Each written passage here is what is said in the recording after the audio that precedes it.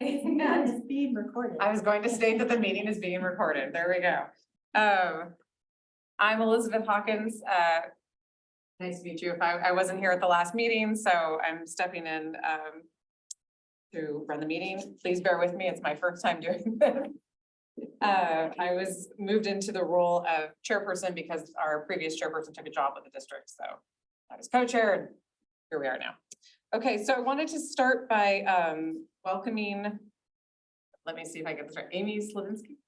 That's right. Okay, Yeah. all right. And I know we also have a new member here that we wanted to introduce. So Flavia Mamnani, did I get that correct? Okay, and I don't know if you want to introduce yourself and say a little bit about yourself, or if we all want to go around and do a quick introduction, if that would be helpful first. Okay. Okay, so my name is Bobby and I'm a junior at Melima High School, and this is my second meeting. I'm excited to see you all. I think of brain and parent students and mom and daughter at parenting and so. I don't know what else to say. I'm Brenda Carson. I have a son at Carnegie Middle School.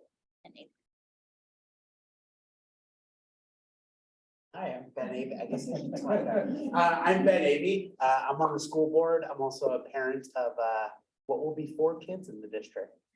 TK coming in, so also a Scorpio. Yeah, very nice. They changed it, so maybe I'm not a Scorpio anymore. Thanks for having me. Hi, everyone. I'm Amy Slavinsky. I'm the new interim deputy superintendent, filling in behind Melissa, Superintendent Bassanelli. And I am so excited to be here back in San Juan. I worked here previously, 2011 to 2016, then went on to another opportunity in another school district, and then retired for a little while and then came back. I was also born and raised here in the Fair Oaks, Carmichael areas. So this is home for me, and I'm really happy to be back in the district. And just as a quick intro to those who I haven't met before, I'm Elizabeth Hawkins. I've got 3 daughters in the district, starting with kindergarten and then a 5th and a 6th grader. And I went to Rio Americano High School, so product of San Juan myself. Sure, my name is Laura Mulder. I'm LCAP analyst and I work with Tori, and we work with all of you and those being LCAP together. I'm John Tornatori, the director of LCAP here in San Juan. Welcome. And then I guess some folks join us. So now how should we kick this out? I'd love to hear if people could introduce themselves who are on Zoom. Kim, do you want to introduce yourself to the group? Absolutely. My name is Kim Brown, and I have 3 students in the district, 2 in junior high school about to graduate, and a baby girl over at Cowan. And I am our prior LCAP PAC chair from last year. Thanks for joining, Kim. And I may not be able to stay the entire night, as I am just stepping away from my brother's wedding. He just got married, so I'm in the middle of that. But I want to stay on as long as I can, just in case we need to make some decisions tonight. You got it. Thanks, Kim. You're welcome.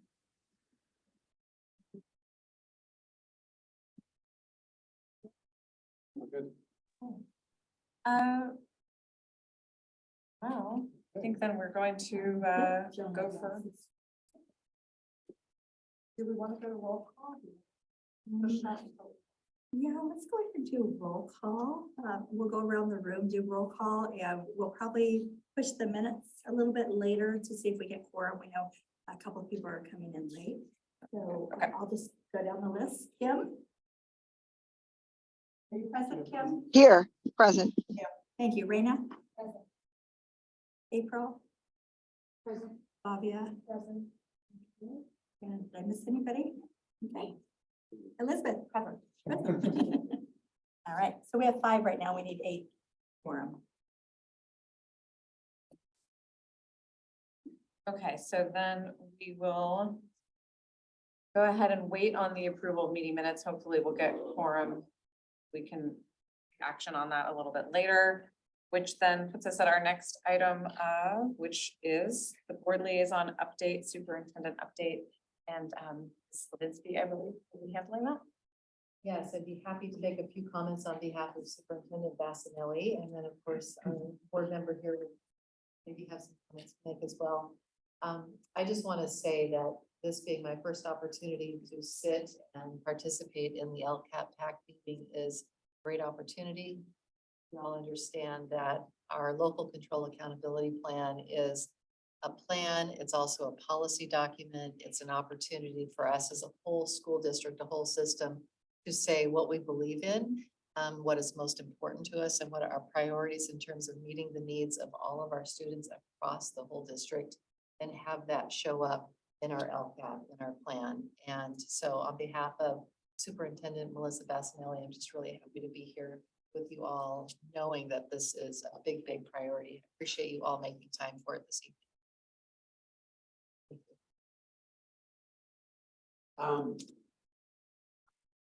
Thank you. Thank you, thank you, thank you. For anybody that knows me, I'm a big advocate of parent voice in education.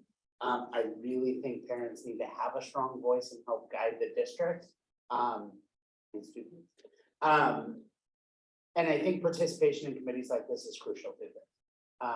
You know, we've been going through a pretty extensive process on updating bylaws for all the committees. I was at the Community Advisory Committee last night, and we actually went over their bylaws. We went over in the board meeting before, and I was having a great conversation with them about how bylaws are empowering and how, you know, we need to get better and figure out how to better structure our meetings so that we can be more effective and so that we can really channel that community voice, that parent voice into actionable items that can come to the board and so that we can help guide the district. And so I really appreciate that you're here and that you're sharing your opinion.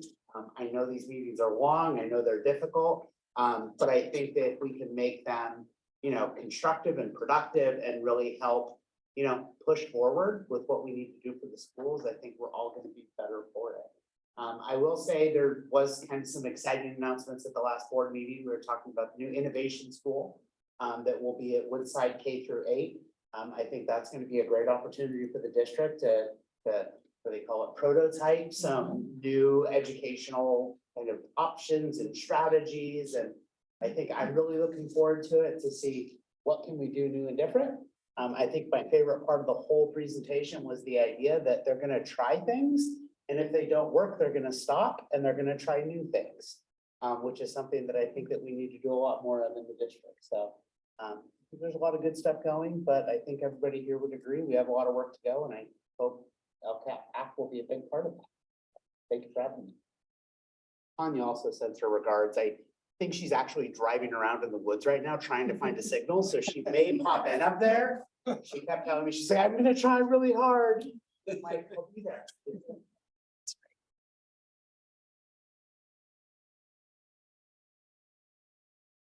Should we move on to general visitor comments?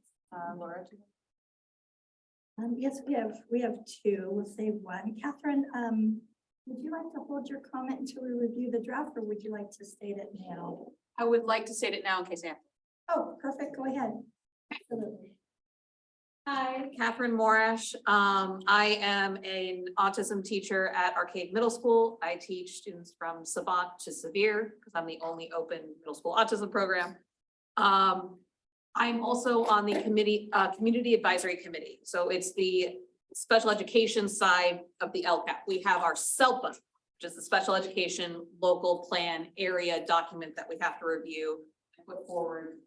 Very similar to the LCAP, but the special ed side. And we're reviewing our bylaws, and we added a new clause there to like work with LCAP and like have this parents of children with disabilities voice and the students with disabilities voice, help you guys get those voices, especially as it relates to item 5 or section 5, goal 5, whatever. And we're here, we're a resource. Feel free to reach out, and I look forward to working together.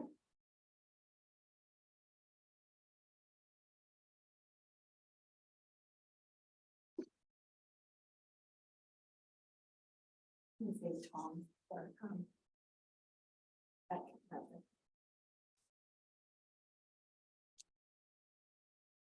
Is there anyone on Zoom that has a general?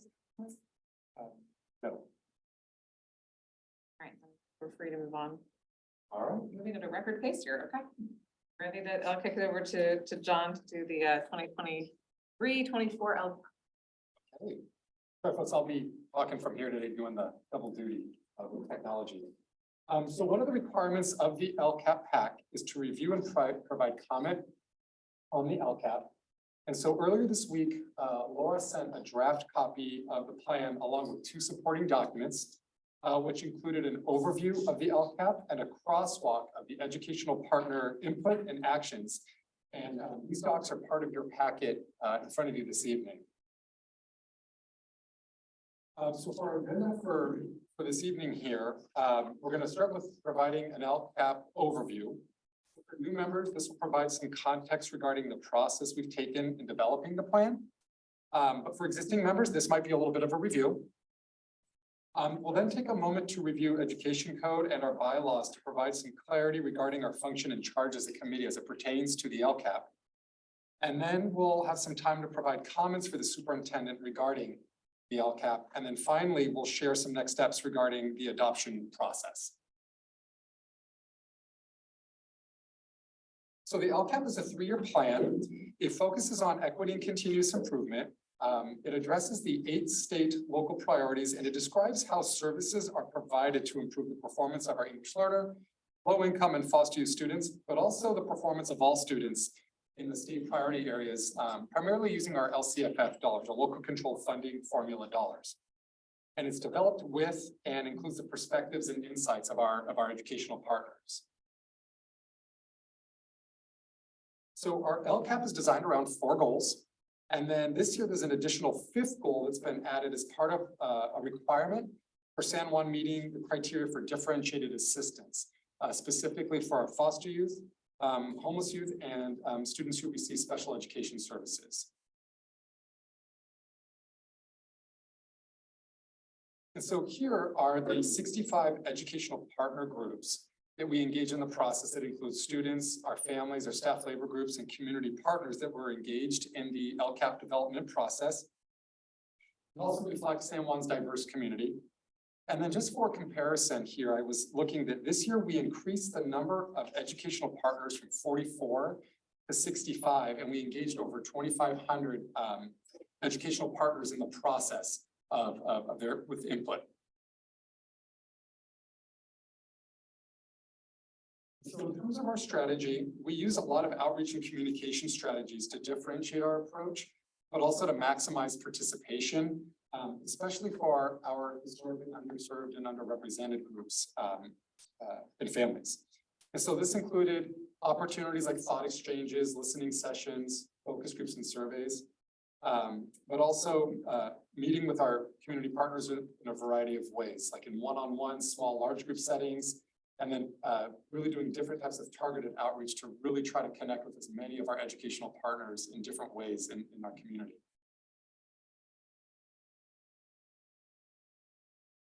And so then we reviewed the educational partner input for common themes within and across the groups. And several themes emerged across all 4 goal areas to address students' academic, social, emotional, and mental health needs. And those are listed here. And you also have that in front of you. I'll point that out in a moment. And then collectively, we use that information to develop the LCAP, essentially by revising existing actions, developing new actions, and then targeting funds strategically to reflect the voice and needs of our entire San Juan community. And so one of the documents that's in front of you that's listed here, that is the LCAP itself. It's the entire document. And so that's what's in front of you here, in front of you there. And then we've also provided, in addition to the LCAP, we provided you with an infographic that provides an overview of our district and some of the different sections of the LCAP. So again, knowing that the LCAP is a bit extensive, but if folks just want to get a general idea about our district, but also different actions that we have, that's provided to folks. And I'll just also highlight that the last 2 pages of this document also highlight some of the notable changes that we've made this year for the LCAP as compared to the previous year. So you can see exactly what are some of the tweaks and changes and adjustments we made based off of what we learned.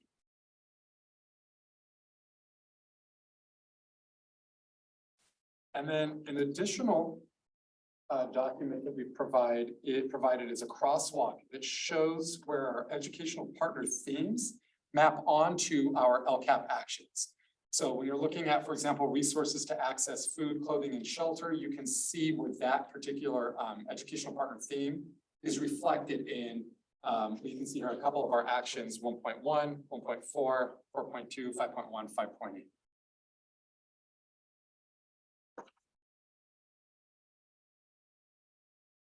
And then lastly, before we move into the comments for the superintendent, I just wanted to take a moment and ground our work and discussion to our charge and function, which is outlined both in education code, but then also in our bylaws. So in education code, one of the requirements is for us to present the LCAP to you all, the Parent Advisory Committee, for review and comment, which we're doing this evening. But then also within our bylaws is to provide perspectives and insights regarding our educational partner engagement strategy, which we did on September 15th at our PAC meeting. And then to review our educational partner input and assist us with identifying those shared areas of interest across groups. And that's what we did back in March.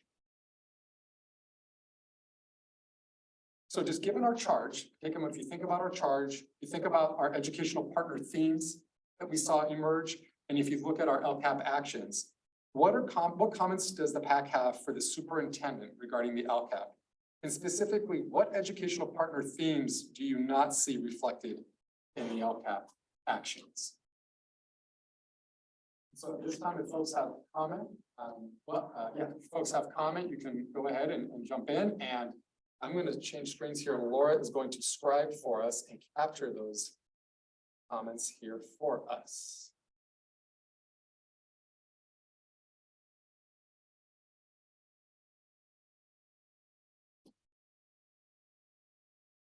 You have a question. How can we connect all of this information to the individual school sites? How could, you know what I mean? How can, but with the site committees and the site councils, and this seems like excellent information to be partnered with at each school site. So how can that happen? And with the list of the community partners, as well as who you're reaching out to, you know, for information to inform it. So is it for comment, or do you just want to ask the question and then I can respond? I don't know, it's a question It's and okay. a comment. So the question is, how is the LCAP aligned to, like, for example, what happens at the site level? What's that through line between the district plan and how it makes its way to the site? I guess what work is being done to ensure that the sites are connected to this information? I understand. Okay. So every site has a site council and they work on their school plans for student achievement. And throughout the year, our school leaders receive support, not only to be aware of what our district LCAP goals are and what our district data shows, but then to make those connections to the site level, site specific data and goals. And then they use that information to engage their community, their educational partners in the process. So similar to the process we use as a district, they replicate that and model that at the site level. So that way the actions that they are working on at the site level are connected to our 4 LCAP goals or 5 LCAP goals. One more, can I ask a follow-up? For sure. So, okay, then how does that information at the site and the work that's being done at the site, how does the site get that information and roll the parents and caregivers and involved parties into that? Because sometimes it just sort of drops dead there. And every site's different, I get, but is there some way, what's the mechanism of accountability? Sure. If there's no site council meetings for 5 years, if there's no notes or agendas for what happens? Good question. So every school site in San Juan, while it's not required by state law, San Juan schools, all San Juan schools have site councils. Those SIPSAs, the site plans plus site council members are listed on each of the school site websites. And each school site will have site council meetings which are open to the public as well throughout the school year. And so that is there's that piece, I suppose. Now, in terms of the accountability, as a district, we monitor, actually the state monitors that through their program monitoring reviews. And so there is accountability that comes from the state that does a federal program monitoring with San Juan and other districts in California to make sure that those things are happening. Yeah. And when not, we just adjust and correct it and make those changes.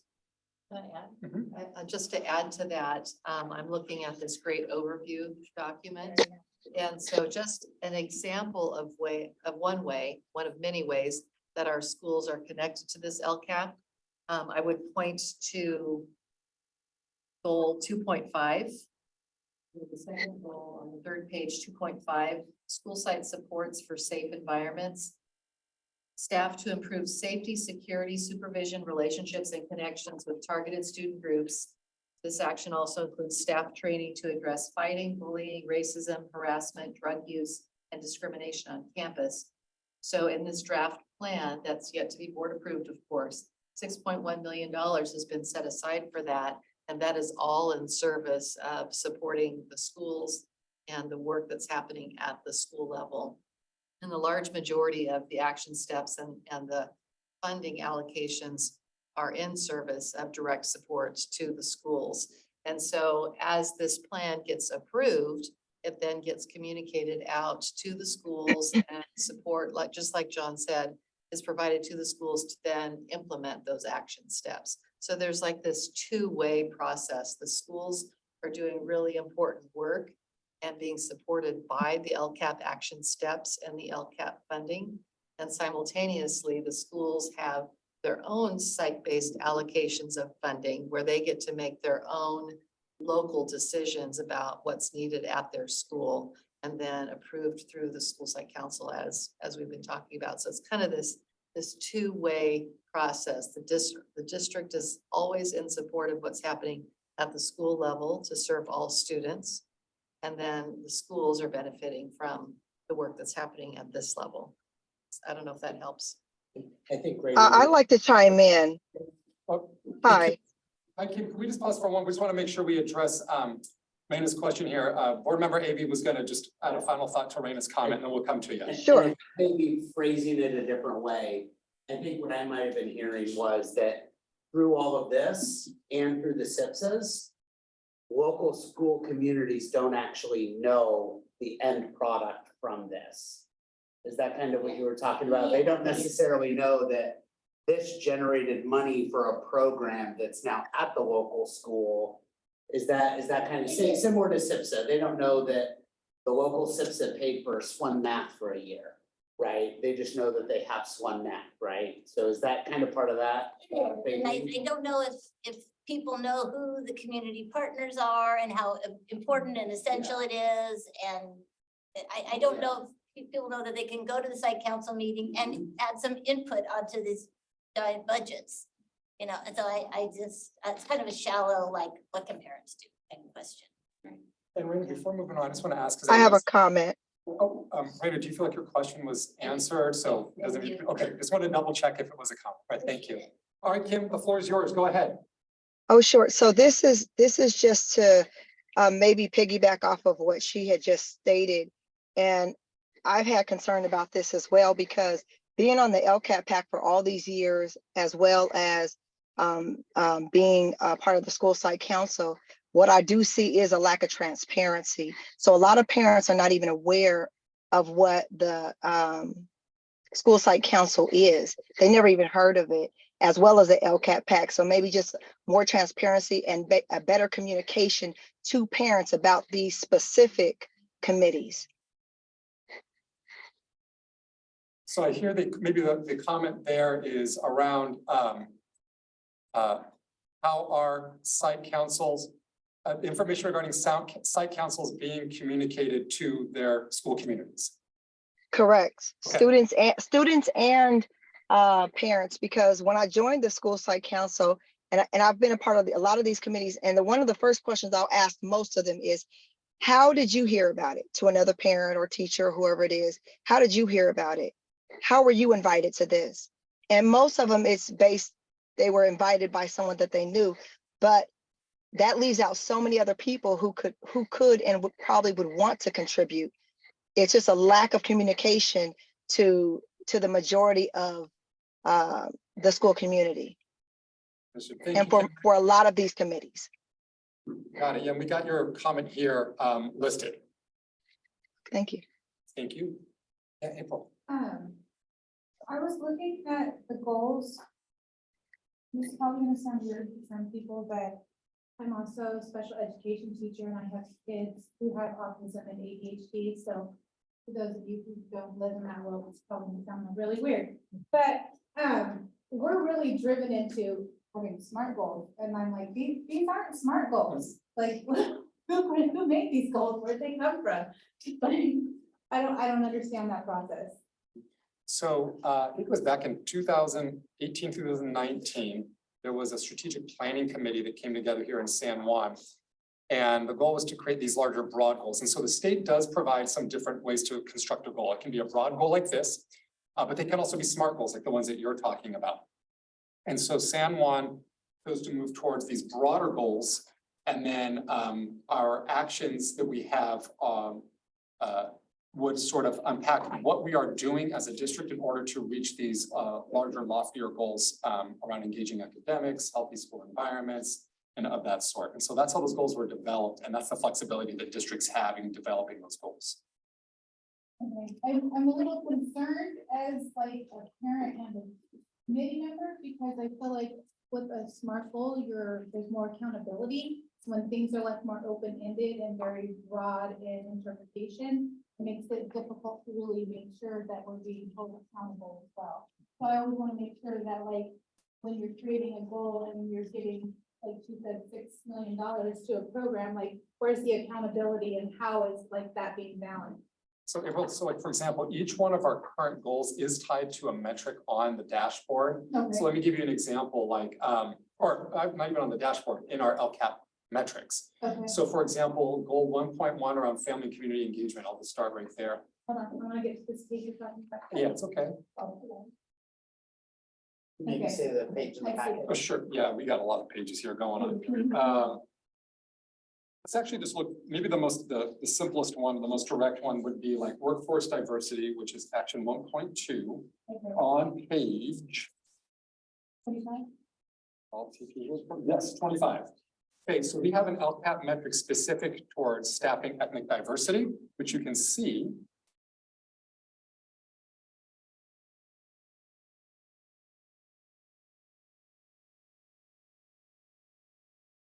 On page 24, second from the bottom. Okay, So each of the goals are tied either to one or multiple metrics. Okay.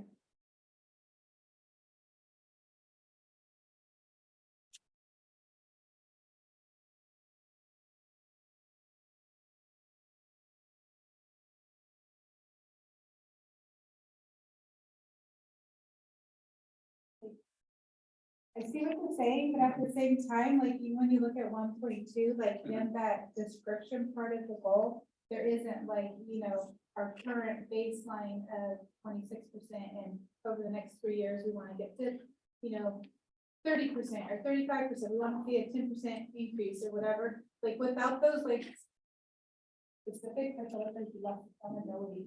Okay, well, it's a great point. I'll just draw your attention one more time to page 24. So if you look in the first column, you have your baseline. Oh, I see. Right, there is a desired outcome for 23-24. Okay, that helps a little bit. But the point's taken, for sure. Is that a comment you would like us to still include, or do you feel like your comment's been addressed?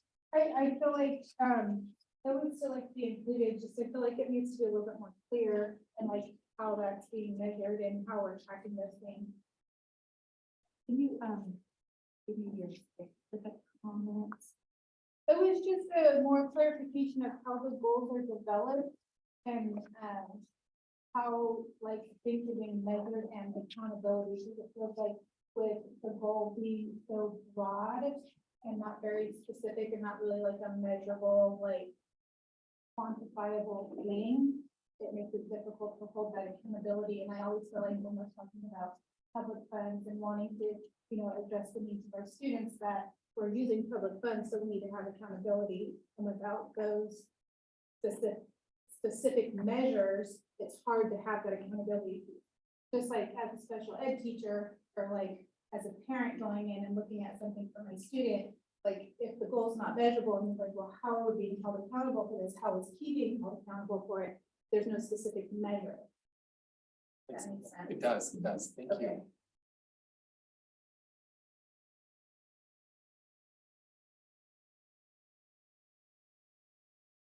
Other comments for the superintendent related to the LCAP? I have a question. That's not really a comment. Uh-huh. I'm sorry. there's something going on. Okay. Looking just at the, I think it might have been the one you brought up, 2.5. This is on the overview, the simplification. When we were talking about something like staff training to address, let's say, the fighting, bullying, racism, does that present itself as a universal training that's being given to all the teachers at all the sites? Are they all being trained with the same method or whatever it is that's the latest thing? Or is that kind of being offered as money to the school sites and then they take that and they decide on how they want to allocate that training or whatever? So we have district level supports here that provide training. So sites may choose to do some unique thing, but typically they'll come to the district for those trainings. So we have district level staff that can do that. And the trainings are focused both on preventive type supports, but also response type supports, right? So trainings across the board for folks on how to build relationships, how to start connecting with students, how to make students feel safe and welcomed in their classroom, to create those levels of trust. That's all the preventative side. So there's training on that. But then also sometimes, for example, there might be an altercation between students or something happens in a class. And so it's also trainings around how to de-escalate situations and how to welcome students back into the community rather than exclude them from the community. So all of those trainings are happening throughout San Juan from the district. So is that something where people are, or schools are opting in, or is it like we're setting aside this training we're gonna do a certain type of training for everybody in the upcoming year with that money? Or is that like, come back to us if you want to? In San Juan, it is a lot of school choice in terms of what their needs are. But I can say from personal experience on this, that all of our sites and teachers are taking advantage of the different types of trainings and supports that are available depending on the needs and the challenges that they're facing at the site. I'm gonna piggyback on the first thing here. A lot of the trainings are optional. Is there a way to track what schools are utilizing which trainings more often and kind of help like form like, are they, so that we can measure like, are these trainings working versus schools where there aren't so many people taking training? Like, is there a discrepancy there? And is that a contributing factor? Like, is there any data on that? Yeah, I'd be happy to respond to that one. So within the Division of Teaching and Learning for the whole district, we have a department called Professional Learning and Innovation and Curriculum. Our director, Nicole Cooperall, oversees that work. There are a lot of folks that work in that department, roll out a lot of services for professional learning and curriculum support. And so you're right, there is an opportunity for individual school sites to make decisions as a whole team based upon their school data and their school needs, to look at the menu of offerings for professional learning and say, as a site leadership team, this is what we want to focus on, this is what we need, this is what our students need. And then they tap into that resource that's provided through that department for professional learning. In addition to that, there's also some professional development and training that's provided for all employees within a certain job-alike group, for example. So that action 2.5 is one that we've spent a lot of time talking about recently. Pending board approval, that action will include specific training, just like John was describing, for all of the employees within that job-alike group, so that as they work in their schools, we know that consistently across the system, we've got folks that are prepared ready and feeling confident to do the work that they've been charged to do. So it's both. Is that required training or is that like, That would be, yes, Okay. yes, within the workday, provided within the Okay. workday, with sports that are needed for them, yeah. okay, and then also, I guess another follow-up question would be, I know that I would teach myself a lot of times I'll attend a training, but then there isn't really a lot of like follow-up or supports after the training. So are there plans to help address those needs and what are we like, what's that look like? That's a great question too. So I would say that the answer to that question will vary depending upon what the specific professional learning is. But in general, we do have a coaching component. That's part of most professional learning offerings. We have teachers on special assignment, we have program specialists, we have consulting teachers, we have mentor teachers. We have other types of mentors as well. Our principals also serve as coaches on all of their school sites. And so whenever professional learning is experienced, we work really hard to follow that up with either follow-up professional learning sessions, book studies, article studies, peer observations, peer coaching. So lots of different ways to follow that up. We don't believe or buy into the idea of a sit and get one shot stop opportunity, that that doesn't It work. doesn't work. Yeah. Yeah, exactly. It's a great question. Rita, before we move on, I just want to circle back to Elizabeth. Did we address your Yes, comment? thank Are we you. That okay was, with that was great. Thank In April, did you feel like we addressed your question sufficiently? Okay. Rita, go ahead. So does this be a comment for the superintendent or? It's up to you. If you have a question, we can clarify here, or it's up to you. Yeah. Okay, just in general, as I'm new to this committee, but if it's like, for instance, 2.5. If we could just zoom in on, say, maybe this one and maybe 3.2 that's right below it, literacy. So if you zoomed in and got all the information about different community partners and training and outside sources and staff members that were going to be, that this money was going to be used for, right? Because it's for staff members at schools, it's for trainings, it's for PBIS and a lot of different things, I'm assuming. But so as a member, how can we see an example? Let's just see an example of where this money could potentially go, so we could get a better idea of it. But me personally, that's when I'm looking at all this, it's all about money and budgets, but it's very vague. It's kind of loosey-goosey, where I know it's going to, I know it's going to good purpose, but where, I'm like, when I asked my principal, he said, oh yeah, we use that money to pay for Mrs. So-and-so. And we use it for our PBIS and Will Rogers over there, they got all new TV screens. So I'd just like to kind of, is that possible to get some information like that?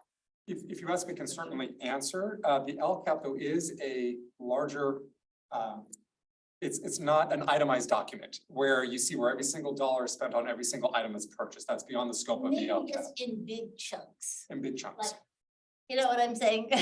Just so that it's connected to real items, like this, it just says training, but I've heard from the principal, it's PBIS, it's Mrs. Y, it's, In every site.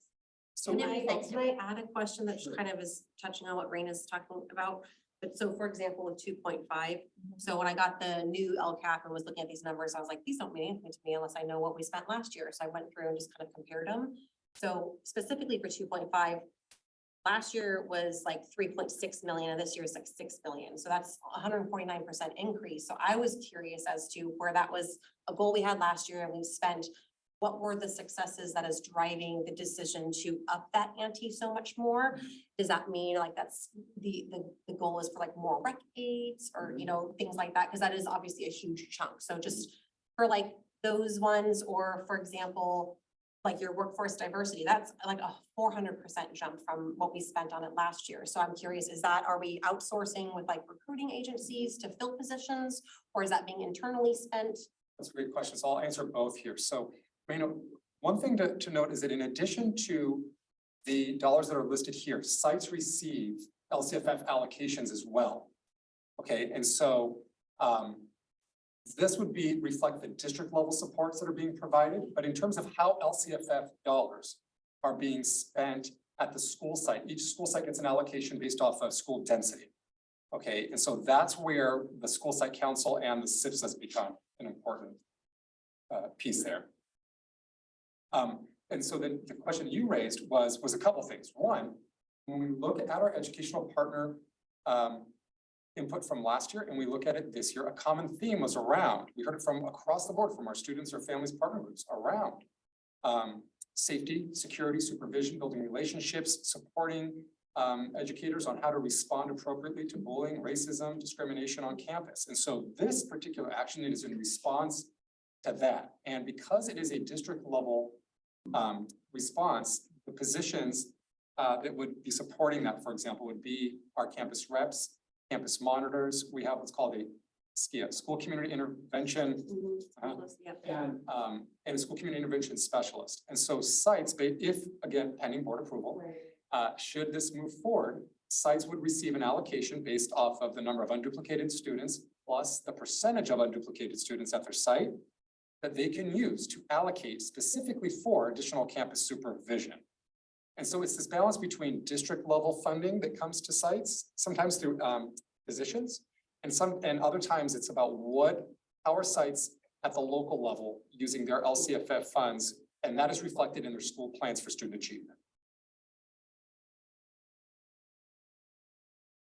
There's Is it possible for us to look at and see like what some of those schools use those funds for? And Yes. is it possible for us to see like this school used funds for this and this was a success? Like, would that be possible for us to see like some information like that? Yes, so I also, think that might help connect And- things for us. And I think not just any school, but I would be curious for any school where like their metrics have improved and you can tie it to how this money was decided to spend as success stories, I think would be informative.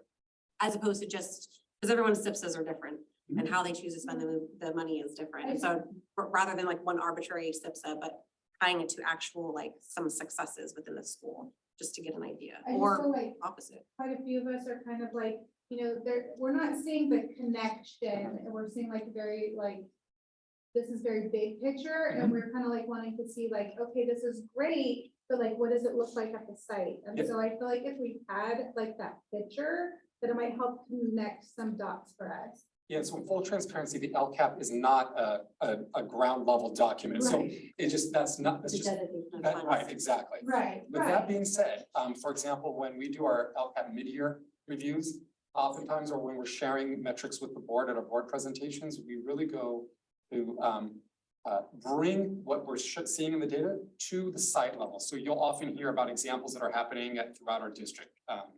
So for example, I think at the last board presentation I had, I think I had shared some, it was some of the work that was happening at Hathaway Johnson Middle School around what they were doing to build relationships and suspensions and what was working there that we're trying to replicate in other spaces. I think we were sharing some work that was happening at El Paso Manor regarding how they were engaging their English learners and supporting them. And so, yes, we try to tie that and try to lift that into our presentations to the board as well, especially during our mid-year updates. So I just want to add on to that a little bit. That's exactly what I was thinking about too. So if you were looking for more specific examples as to what this big picture LCAP plan is all about, we could provide, or you can go back in board documents and look at the mid-year update like John was talking about, because those will always provide metric updates for the board, as well as representative examples of the 65 schools and what's happening specifically in some of the schools as a representation of what's happening throughout the district. So another example would be the recent presentations that were provided to the board for the ELO funding, the ESSER and ELO funding. You may have seen some of those in the last couple of months. So not the LCAP, but an example of how updated data is provided, as well as specific examples about how the funds are spent. So just before moving on, I know we're kind of having a conversation, which is fine too, but I also just want to check in with folks. So Jennifer, did you feel like your comment was addressed, or is that something we would like to forward to the superintendent, or did you feel like we addressed it? No, Okay. it's fine. I think just the curiosity of obviously like conscious decisions were made for some of the flux in these Yes. areas of, whatever. So I think just some of the curiosity was more of like, what was driving the confidence and saying, yes, this has worked, this is working. And so we would like to allocate more funds to it with the trust and confidence that that's how it's being spent. But yeah. And April, did you, Yeah, I just feel like conceptually it's kind of hard to like I understand. grasp, and so it's just like, there's some Do like. you sit on your holes. school site council? I don't even know if we have a school site. We've gone through like 3 principals.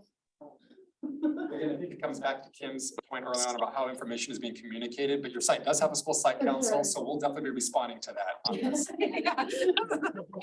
have no idea. Left in November, and then we got a temporary one, and then we got another one, and now we have another new one, and it's just kind of been like, I don't know what's going on. I know on our site council, we would go through each goal and it was like, here's what we did last year, here's where the progress was, here's what we're gonna do the same, improve. Yeah, yeah. Almost like, is there a way to do that at like?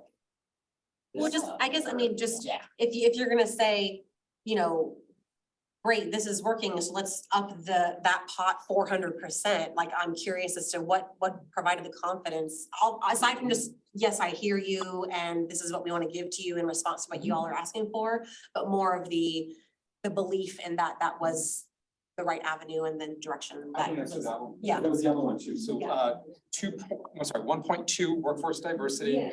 This one here is so just so you know what was existing already, we had this cultivating leaders program that we've been doing.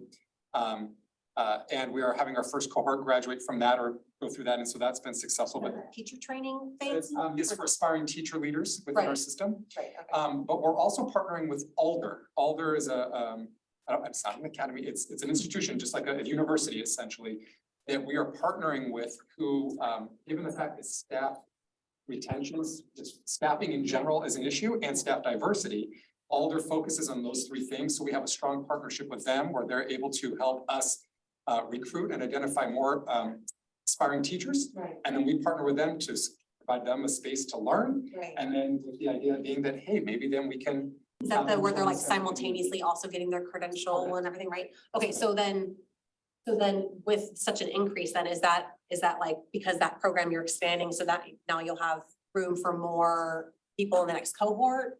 That's right. Yeah, exactly. Okay, cool. Wonderful. That's, I think, kind of that level that perhaps like April's kind of hitting on and whatnot too. So that was great then. So working wonderful. We've seen great things. We want to fund more so that more up and coming teachers can participate in that. Okay, that makes sense. Question about the workforce diversity.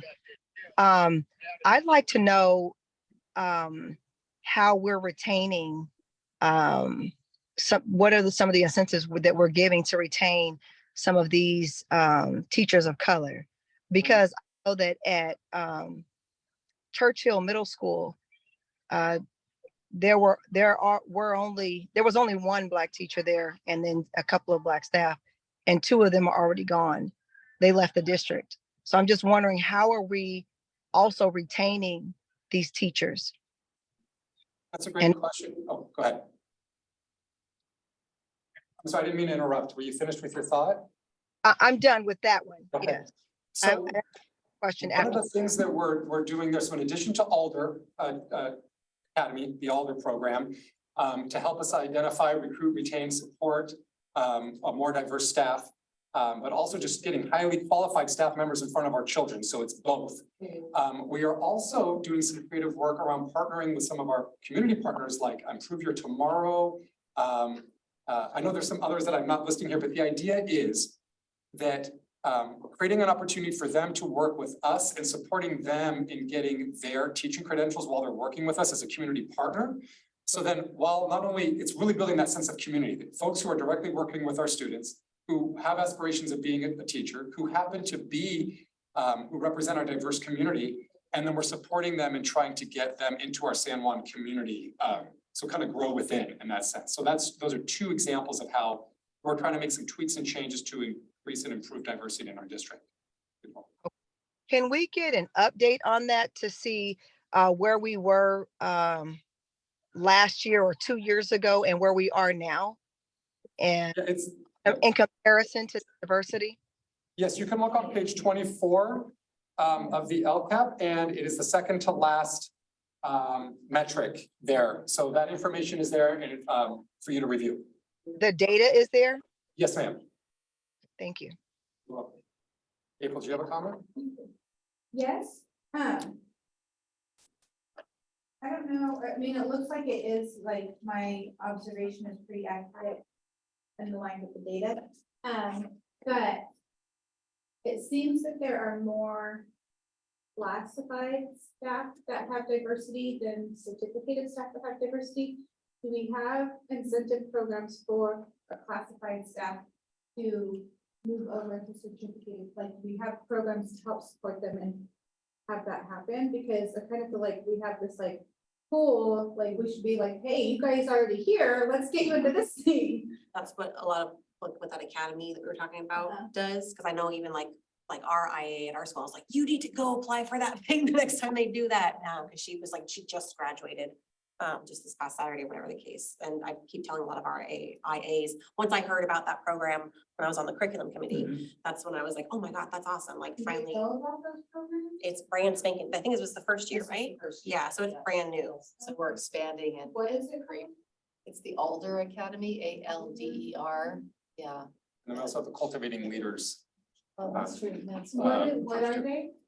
I guess so the cultivating leaders are for folks, for example, in San Juan who are aspiring leaders. So maybe teachers who want to, or I could say even classified staff who want to move into other leadership positions, teachers wanting to move maybe into administrative or teacher leader positions, and also new administrators who just need additional support. And so that would be the cultivating leaders program. Right, it's like first and second year administrators Okay, sometimes. okay. Yes. So they get mentoring, coaching, professional learning, a lot of ongoing support. And then similarly, the Alder program, which we just discussed, is again, just another opportunity to do some similar work. Okay. I think also we offer scholarships to attend college and get a degree to some classified people, through True. grants. I have another question surrounding African-American students. What are we working on, the district, to get African-American students to grade level in math? Is there a plan for that in place? Yes, so if we look at action, there's a few actions here, but I'll specifically have you focus on action 3.1, which is specifically around math. Right. And then, so in addition to just that math support, you'll notice in this particular goal area, there is our intervention supports, Right. integrated one math supports, tutoring, after-school programs, credit recovery, summer leader sessions. And so there we have go ahead. John, that's for all students, correct? That's for all students, we know that our African-American students are performing proportionally lower than our other student groups. And so there is an intentional focus on our African-American students as well. Can we call that out the same way we do with with our Indian students, where they have a very specific program targeted just for them? I mean, that's my question. Can we consider that? We can add it as a consideration. It does become a little more complicated because the plan here, the way it's outlined in the plan is to show whether or not the requirements around the spending is around English learner, low income, and foster youth and homeless. Correct. That being said, we know there's a lot of overlap with these three groups with all races and ethnicities, African-American, white, Asian. Correct. And we do recognize in our data that our African-American students are performing lower. So within this plan, for example, if we look at goal 5, while it's not listed on the plan because of what the state requires, let me just say, for example, like goal 5.6, we do recognize that we have an over-representation of suspensions of our African-American students who are receiving special education services. So even though we don't have an option to articulate that in the plan, it's just part of the template, it doesn't allow us to do that. We are purposely and intentionally implementing actions to specifically reduce, for example, the over suspension of our African-American students who have an IEP. Okay, I guess I'm just question, maybe my question is, how are we able to have within our LCAP PAC specific groups such as the American Indians or Indian youth?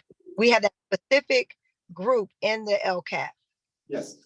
That is because that particular action is not funded actually through LCFF dollars. That Okay. particular action is a specific state grant called, it's like the American Indian I grant. see. It's just a specific grant. And so that's why it's located there. But that grant, I'm sorry, that action is not funded using LCFF supplemental dollars. Thanks for the clarification. No problem. Thanks for the question, Steph. Off of what she just said, I was looking at the metric and the baseline data. And it looks like there's been like a decrease in math success overall. Yeah. Like almost like 10%. Yes, I'm gonna refer you to, actually, I would not be able to do this justice. So if you just give me a moment. There was a board presentation recently about math. Our math department gave a presentation and pretty much acknowledged everything that you just called out and outlined to the board what our plan is going to be to address the point that you're making in the data. Okay. So if I can find that, I'll give you the exact date. You could go in and watch that presentation. Actually, here it is, right here. I think it was in April, May, March 28th. Maybe let listen online knows too. Oh, okay. Yeah, so March 28th, there was a math, K-12 mathematics update.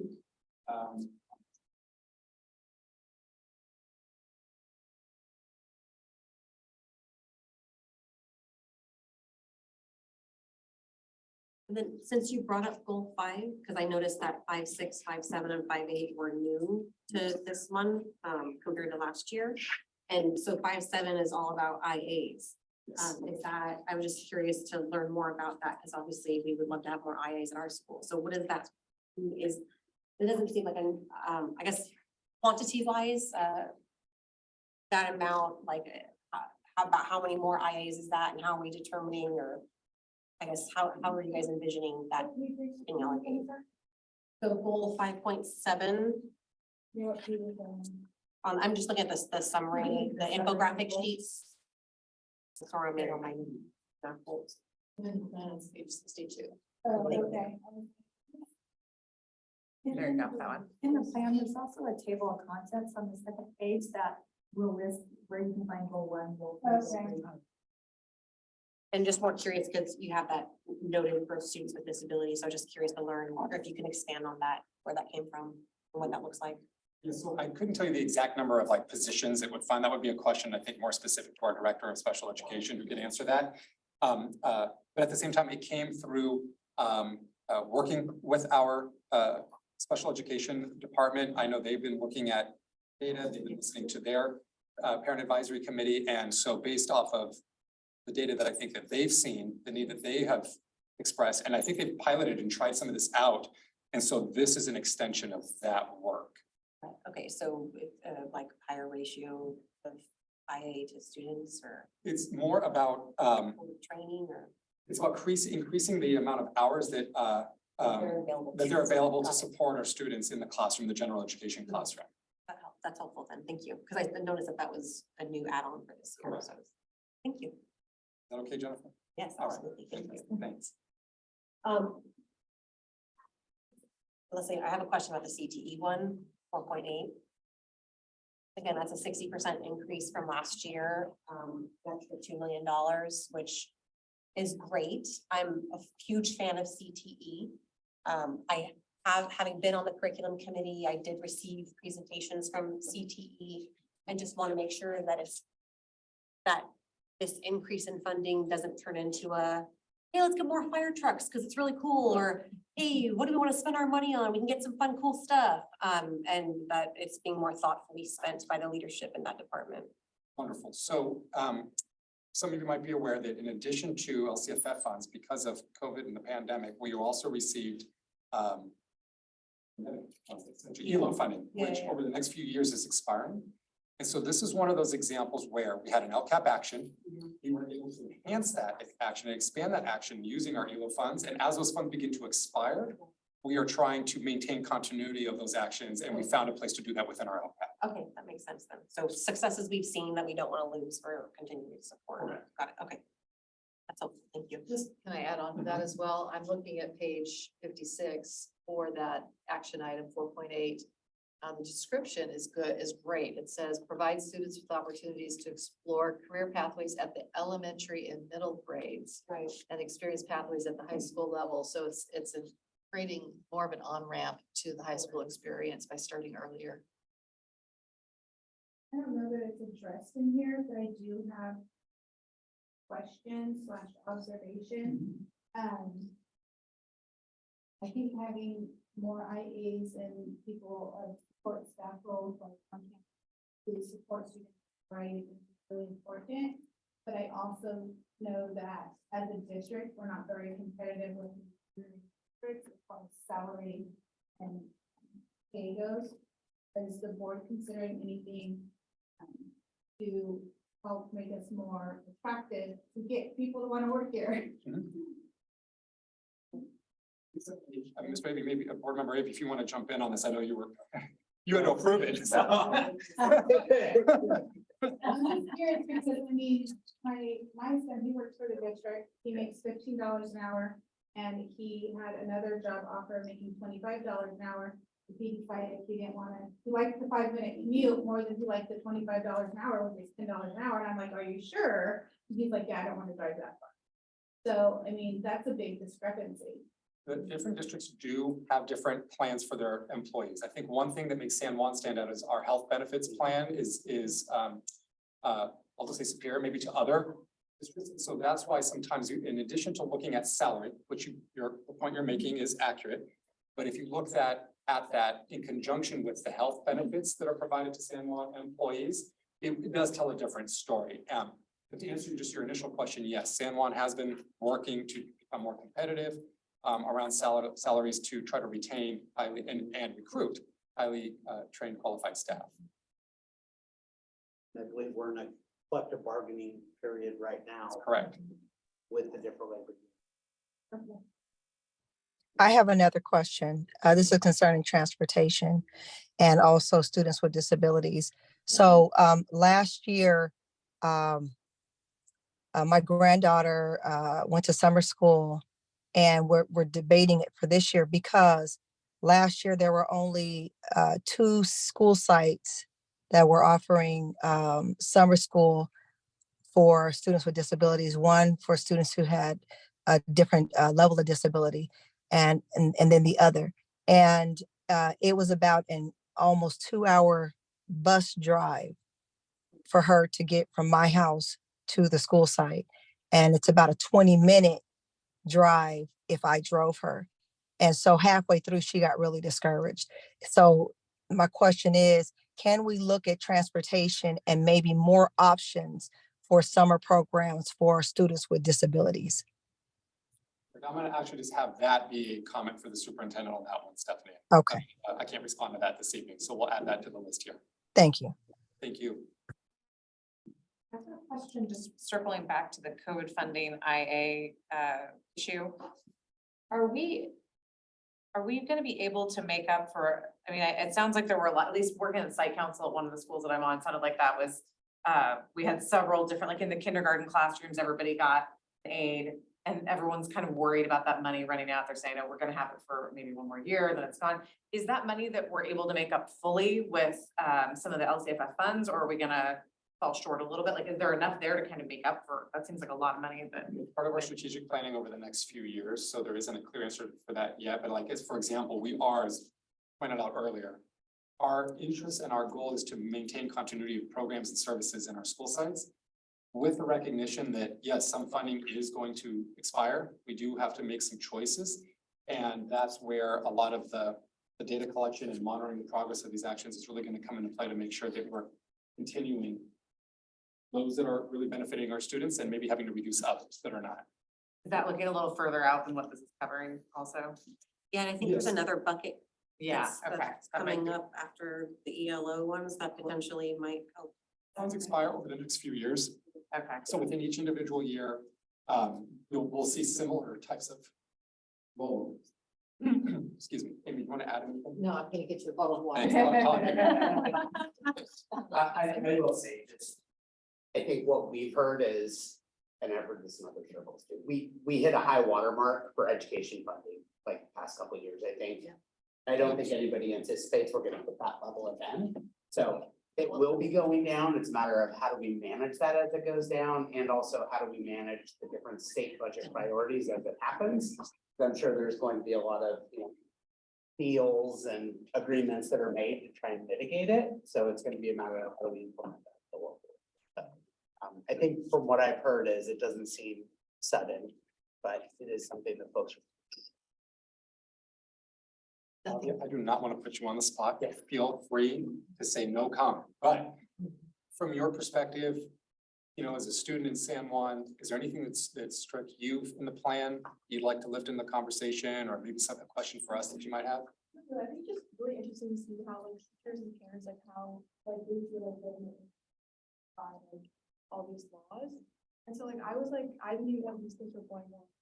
So I don't have the, I'm not like, I'm a student. Like as a teacher, you can like tell how it's affecting the students. So I think it's like, it was really nice to see like everyone's perspectives. But I don't really have any comfortable. And just so you know, I'm not sure, are you familiar with the San Juan Youth Voice Advocates and Students with a Voice? I'm certain that you have some folks on your site that are part of it, but Student Voice, how many did we have? 500, and you remember, Laura, how many participants we engaged this year? Students, I remember. Oh gosh, what's the number? It was 500, yeah. It was like a little over 500 students were engaged in this process as well. And our students are the ones that led that work, and a lot of the input that was received made its way into this plan. Actually, even around that, coming back to action 2.5, that comment around the safety supervision, trainings and stuff. So if you don't have questions now, of course, I'm not going to put you on the spot, but at the same time too, if you want, I would be more than happy to connect you with our youth voice advocates. You can kind of hear and lift some of those voices into these conversations moving forward. All right, just doing a time check here. Any final thoughts, questions? Sure. Yeah. Go ahead, John. So 3.7 was a significant decrease from the spend in that area last year, which is access to before and after school programs, especially for targeted groups, supplemental arts, physical fitness. Last year it was 178,000, so that's down about 70% in that section, but still seemed like that was an area that was called out a lot in a lot of the LCAP feedback. So just kind of curious about that decrease, as well as I saw another decrease. It was like inclusive 5.4 inclusive practices. We shaved off 100,000 from last year, so that's down almost half of that spend. So we're just kind of curious if you guys can expand on the choices to reduce in those highly needed areas. Yeah, so with 3.7, part of it is around staffing. So we have the interest in San Juan to implement the programs. Right. But again, it comes back to staffing. So we right-size this action a bit to actually match what is actually our capacity to fill and actually do. At the same time, we also have a grant that's coming in here from the state. And so this will be an opportunity to do that there. So yes, that's a great observation, and there's a plan to. And that's specifically for the before and after school program one, or the inclusive practices? So that's the after-school program piece. Okay. Uh, That's the piece where like, everyone was asking for stuff, and I would hate to lose any of those after school soccer programs. That's As right, well right. as the arts and. Yeah. Yeah. And then, yeah, so then 5.4 inclusive practices, that was almost, we reduced it by almost half. So similarly, I was just curious as to the reason to eliminate some of that funding. This one here was, again, just a right sizing in terms of professional learning. And so what actually around that. So we were able to better understand like, oh, actually it costs this amount. So rather than just allocate the same amount, we right sized it to match the need and what's actually happening on the ground. That's mostly professional learning is in that. Correct. This, Hmm. but, my experience the past 3 years at this school that my son has been at, It's been extremely difficult to get, GE teachers who agree to come to IEP meetings. They'll send one time we had the GE teacher and then they left. And I was like, is the meeting over? And they're like, no, they had to go. And I'm like, so the meeting's over? And they're like, no, they just had to go. I'm like, so the meeting's over because you're legally required to have a GE teacher here. And they're like, no, you can just excuse them. I'm like, you didn't even ask me if I was okay with that. And so like I experienced a lot of those things. Well, how are you gonna have an IEP without the teacher there? They can Well, talk it was about those the things. case manager was there and the admin was there. They don't But- actually work with the Right. kids every day. It's the most, And yeah. so like this year, we've really struggled with getting the GE teachers to implement the accommodations with Fidelity. And like one of the accommodations was reduced work to focus on mastery. And they were doing a group project and I was like, how are you facilitating his accommodations within a group project without making it obvious to the other group members who don't have those accommodations? And they're like, well, it's a group project, so he's doing reduced work. And I'm like, no, Right. like, that's not how that accommodation works. So it's just been like kind of a headache and a nightmare. And like, as a parent, luckily I have my background of what special ed is and how it's supposed to work. Because if I didn't, like, nothing, I just get trampled over, you know what I mean? So I feel bad for parents who don't know how things are supposed to work. So April, I'll say that. So I'm really concerned about that piece. Of course, and so what I would say, maybe as a starting point, because it's a site-specific concern, I would start with the principal if you haven't already done so, and if that hasn't led anywhere, if you want to reach out to me, I can connect you with the right person to help you through I that. talked to the director of special Okay. ed, it has not improved. I'm gonna suggest that you and I touch base after this meeting. I'm So saying, we like, can I work had a Zoom meeting for an hour with the director of special ed, nothing's changed. Well, now you get to talk to the deputy. Okay. Yeah. Okay. And April, I'll just say, Deputy, to keep in mind as you're having that conversation, that is not an isolated experience. I think any of us in this room that have ever experienced an IEP, they're not impressive at all. There's a lot of room to improve that whole experience. And you can call me Amy. Just want to make sure you got your everything. Thank you for All sharing around that, process. April. Who said that? Kim, thank you for sharing with us, April. Oh, you're welcome. Yeah, that has happened. People are often hesitant to share about their own things, they don't wanna like call out their own kids, but like, I'm not just here just for my kids, I'm here for all kids. And when like, he has a friend who's on an IEP, and every year that they've had an IEP in middle school, it's just been them and the case manager and nobody else. I'm like, not even an admin, they're like, who? I'm like, that's not a legal IEP. So like, I just think that there's some really like, people have been doing sketchy things and it really needs to like come back to like, this is the law, this is what we're required to do, and you're expected to make it happen. I don't know if that is in here, but it's just a concern. I appreciate you sharing. Sure. It was an add to my inquiry about the reduction in spend on inclusive practices. I'll tell you something that was 5.4. That's sorry.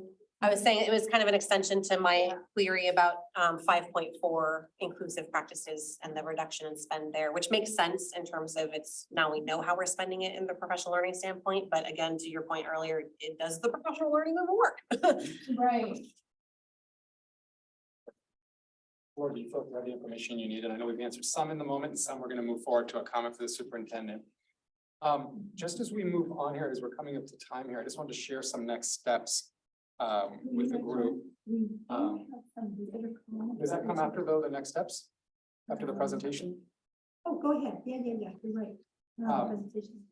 So the next step here is we'll be presenting the plan to the board at the public hearing for discussion and public comment on June 13th.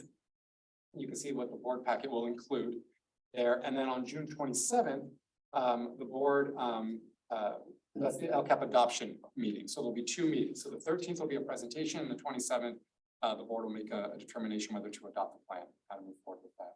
Sorry, I have a quick question. In terms of some of the changes in the numbers here, because for example, it's like some of the schools have already written their SIPSA, but then now the board would be approving. And so if there's like a change in the rec aid money, like when do they know that or to be able to get that in line before the coming school year? The SIPSA, the LCAP, and the budget throughout the year is an ongoing living, breathing document.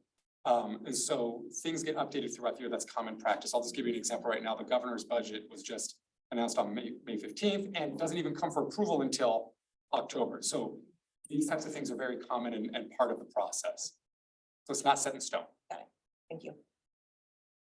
So with that now, I will turn it over to Laura to guide us through the visitor comments, the LCAP draft, and I think I saw a hand in the back. Here we have first Tom, then Ryan. Tom, go ahead. And then Laura, do you want to go over the instructions here before we? Oh, yes, thank you. So your questions are limited to 2 minutes. John, I may have to have you set that timer. Okay. And what is that? So you can address the committee on items on the agenda, but we may not be able to address them. So go ahead, Tom. Okay, the LCAP must address 8 state priorities. One of those 8 state priorities is parent engagement. I was pleased to see goal 1.1, building capacity for parents to take leadership roles. One way parent engagement and parent leadership occurs is by parents being aware and involved in school governance. Every school has a school site council. By board policy and by state law for Title I schools, at least 3 parents serve on each school site council. These parents are representatives selected by parents, and they are responsible for approving the single plan for student achievement. Last year, the previous superintendent was asked by the LCAP PAC 3 questions. How many school site councils post their calendar on their school website? How many school site councils post their minutes on their school website? And the third question, how many school site councils post their representatives that have been elected on their school site councils? The previous superintendent only replied by saying sites will be encouraged to post school site council minutes on their sites. Last year, there has been little to no improvement of schools posting school site council information. Those 3 questions should be asked again this year of the current superintendent. It's my hope that a written response providing numbers can be supplied by the superintendent. Those numbers could be used to accurately quantify year-over-year improvements of communication to the community on school site councils. And in addition, I'd like to say this is a wonderful venue of parents asking questions on LCAP. It would be wonderful if this venue were replicated for school site councils. So thank you. Those are my comments. You send me that to your comments. Yes, I will. I'm happy to. Thank you. Do you have another public comment? Yes, Ryan Deegan. Ryan Digman, Vice Chair of the Community Advisory Committee for Special Education, a parent, longtime advocate. I want April, thank you for your comments. I want to just kind of mirror off that. Our IAs, the ones that we rely on so much, our instructional assistants, all of our teachers are the living poor. So the benefits package is not working. So we really need to look at that because we are relying on these teachers to keep our kids safe. And the school sites are failing to do that. They're also failing to appropriately just provide our services accurately because they don't have the training. They don't have, the tools. 5,700 kids in this district are receiving special education services. I'm here for all of them. So this comment that April made about her school site, that's not site specific. That is across all platforms in our district. So the only reason she's going to be able to get an answer to that is because she's sitting on this committee today. This needs to be addressed throughout the district, and we are, fighting for it. I'm excited for you to be on this team and to see you here today. But these things need to be considered. We're not hearing enough about inclusive practices. A brief description. I need to see what actionable items and deliverables this district is going to provide to us. We're tired of asking for it. Years and years and years, we need this today. Our kids matter, we deserve more, and I appreciate you guys all being here. Thank you. Could you send me that statement as well? What was that? I'm sorry. Could you send me that statement as well? To I will do my summarize? best, yes. First time at LCAP today, so thank you. Ryan Digman. I'm the vice chair of the Community Advisory Committee for Special Education and Parent. We'll connect. Hi, this is Only Kim. be on Just one wanted to time, say Ryan. thank you. I know. I just wanted to say thank you so much to both of you for those comments. Very powerful and important to be heard. And hopefully something will come of it actionable. And then Ryan, your statement is, did you want to make a comment to the superintendent about that? How? I don't know. I mean, I think she's heard it already, but yes, please pass it along. I don't know what this means. We can, yeah, tell me what you need from me and I'll give it to you. So, yes. Transitioning now to the committee business here, so I'll turn it back over to Elizabeth. We'll start here, I think, with Laura, right? We were going to do elections tonight, but we don't have quorum. Quorum is 8 currently, so we will have to postpone those until our next meeting. And also, we will not be able to approve our minutes from our March 16th meeting as well.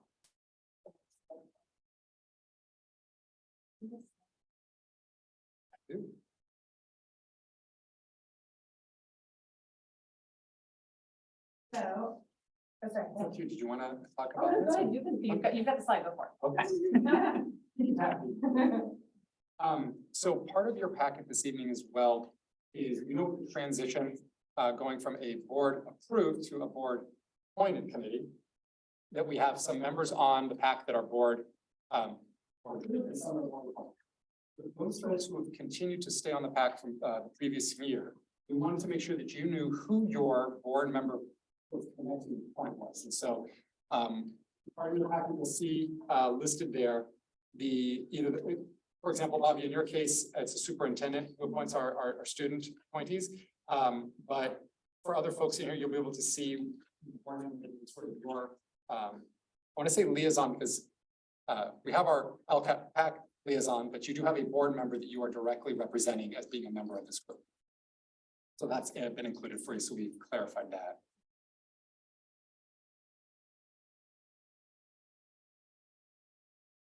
Now, Elizabeth, did you want to touch base on this one or do you want me to just keep? Additionally, we recognize that there are some topics that come up in this group from time to time that while might be related or tangentially related to the charge of the LCAP PAC. But if we're not discussing it here, sometimes those presentations go in front of the board. So for example, the one about the math piece came up this evening. So there too are the upcoming board meeting agendas that we'll be providing at each additional meeting so you can see what topics are going to be addressed moving forward.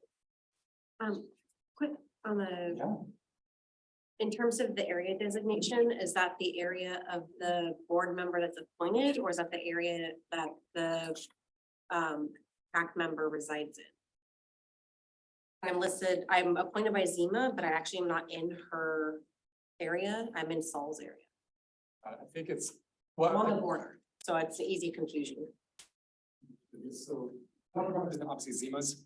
Okay, because I look like Paula's has like one from area, one says area 4, one says area 1, so I I wasn't. think for our bylaws that the board trustees would nominate or appoint one member from their area. They can also appoint one. Yeah, no, I know. Not in our. Correct. I was just saying, reflected on here, it looked like, for example, Paula's appointees, 2 different areas are listed, which is totally fine. And I am Zima's appointment, but I am not in area 3. So I didn't know if that's, Because we made an error, we'll just correct that for you. wanted to make sure. I appreciate it. So we'll still check to make sure that the air it's consistent. So each board member gets 2 appointees, Mhm. and then what about the student appointees? Appointed by the superintendents. Okay, I wasn't sure how that works. And then it looks like there's, open board seat, Correct. and like, how's that being filled? Special election in November. Okay, for that area, or like on their ballot? The trustee passed When away. will we know, like, who's kind of set their hat in the ring? I think filing for the election is like July or How do August. you, how do you know that? Like, where's the information for that? The registrar of voters will. And it's specific to, trustee area and citrus, mostly citrus sites, a little bit of. Do you know if there's anybody who's, like, what if nobody, like? Somebody will. Yeah. Citrus height, it's citrus height, they'll be fine. Is there anybody who has said like they're, because I believe the previous board member was that person for a while, wasn't he? He was a city councilman in Citrus Heights for 16 years. Yeah. So, yes, there are people in the local community talking about. Okay. Thank you for remembering.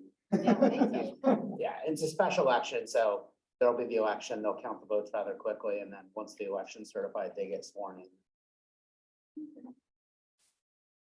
And then just, in the fall, we'll have, these are the two meetings that we'll have upcoming in the fall for the LCAP PAC. So there'll be the training for the new committee members in the fall. And of course, returning members who want a refresher are more than welcome to attend that as well. So be on the lookout for that. And then we'll have our organizational meeting in the fall as well. So dates to be sent fairly soon. And lastly, here we have some additional committee business. Elizabeth, did you want to? Yeah, I just wanted to touch base quickly on the future agenda items process. I want to be sure that we're complying with the Green Act and with our bylaws in terms of noticing topics that we're going to be discussing. I know in the past, I wasn't present at the last meeting, but I think it kind of got opened up to a lot of different ideas, and there might be some discussion that's happening that we're not noticing in advance, so people, maybe if members of the public want to know, we're going to be talking about that. The bylaws are outlawed that we should be sending requests for future agenda items to the chairperson, whoever, I know we're postponing the elections tonight, but whoever takes that position. And then we can notice that if it meets the charge, put it on the next agenda. It will be a discussion item at that time, and then if it calls for action, it would move to the following meeting for action.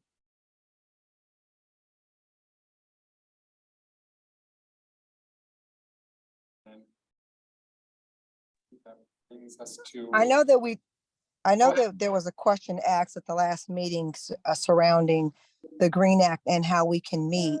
And we were supposed to get an update on that. Do we have that? Yes, there was an email sent on March 23rd, so 7 days after the last meeting, to the PAC with a response. Oh, I question. saw that email, but it kind of went back to the same thing that we discussed in the last meeting, which was that under the Green Act, that we still could meet as long as we were not and discuss different topics as long as we were not taking action. Is that correct? Because that's not how it was read in that email. I would say the clarity is this, is what is important is the purpose of the meeting, not how people meet or the number in attendance. So for example, if a member were to come back to this group and says the LCAP PAC recommends, or we want to do X, Y, and Z, then an agendized meeting would have had to be required because the intent of that comment was to influence the committee's business. Okay. So if that is what the intent is, and this is where a little bit of that mutual trust kind of comes into play, like as folks are getting together outside of this space, if the intent is to impact the committee's business, then it should be agendized for full transparency. And so the public and other members can weigh in on that if that's the case.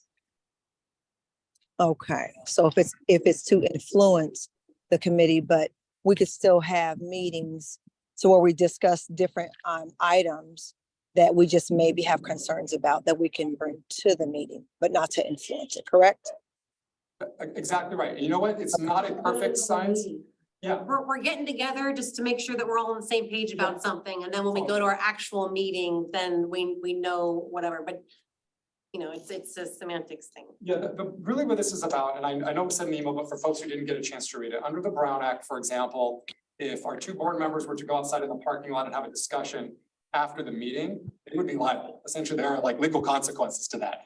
But as a Green Act committee, it doesn't apply. So in other words, you are all able to get together and discuss and chat.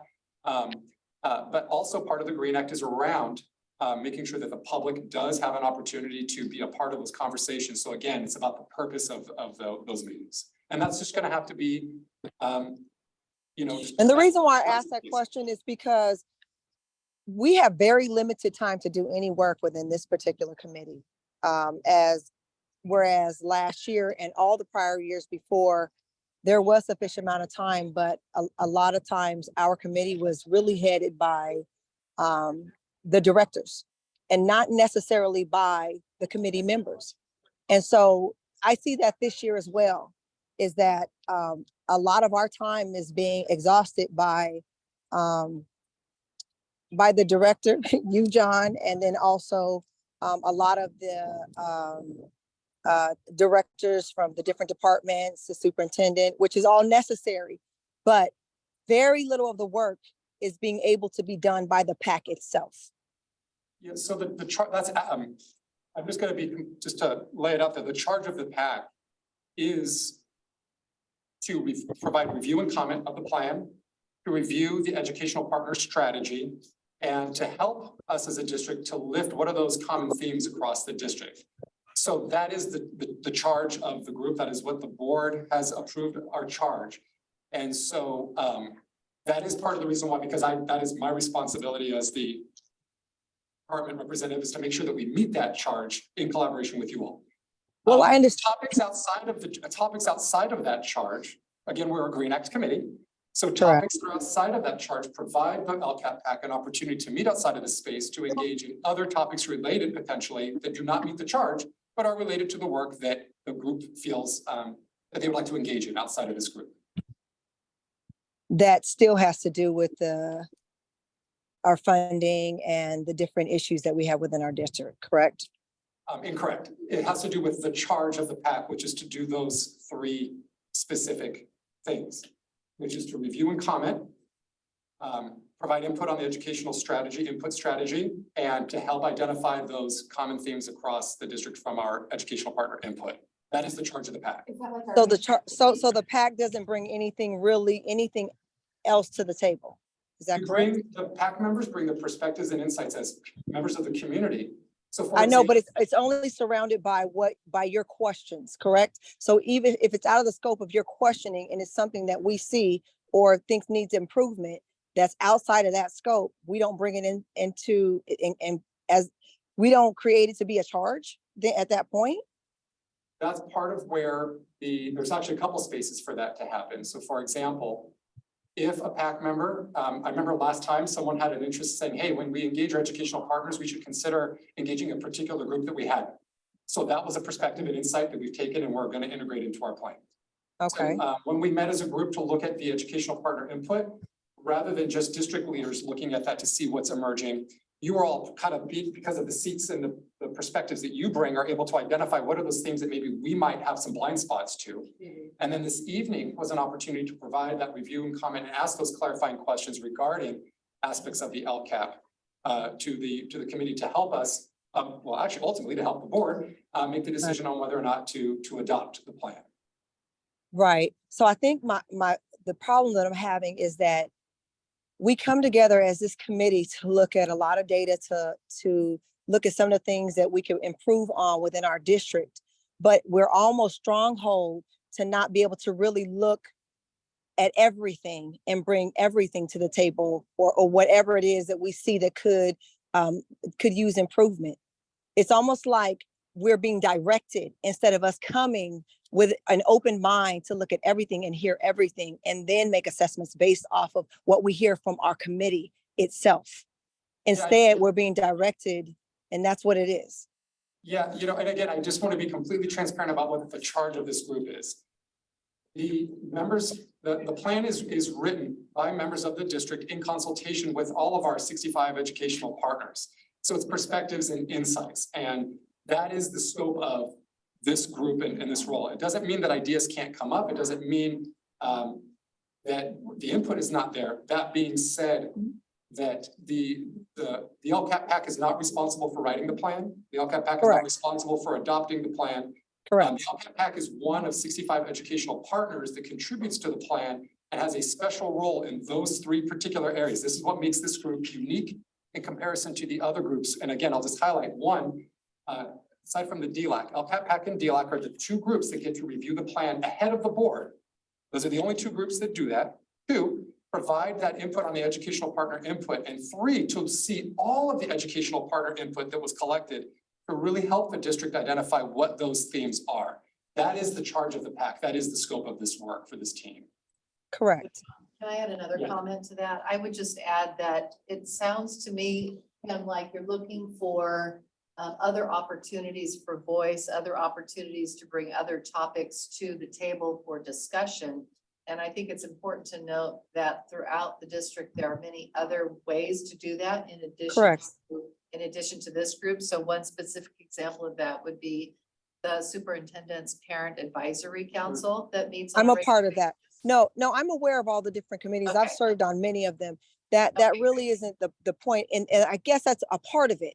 Because I've served on a lot of these different committees, and you can get voice in different ways. And a lot of times it's the same exact voice, with the same exact comments, with the same exact questions being asked, that I thought that this committee was very different. That it was actually about parents and some staff members coming together to work together, not us just being spoon-fed information and then us just checking off boxes or just giving some opinions. I actually thought it was about us coming together to work together to really look at any and every way that we can make improvements within our groups that are covered under the LCAP funds. That's what I thought it was. And that's what I think that a lot of our members believed that it was last year and believe that it is this year. And I'm unsure if they're even clear that that they're really just a focus group. You know, we just want to be clear. I understand that here's our goal as a group. We want folks to feel heard. We want this to be worth your time, and we want to make sure that we're achieving what we're intended to do as a group. Correct. And this is my perspective now, is that my goal is to try to be as clear as kind, to be as clear as possible with the group about what our charge is. I recognize that folks in this room may disagree with what the charge of the PAC should be. At this point, we have bylaws. The board has approved the bylaws, and we have a specific direction.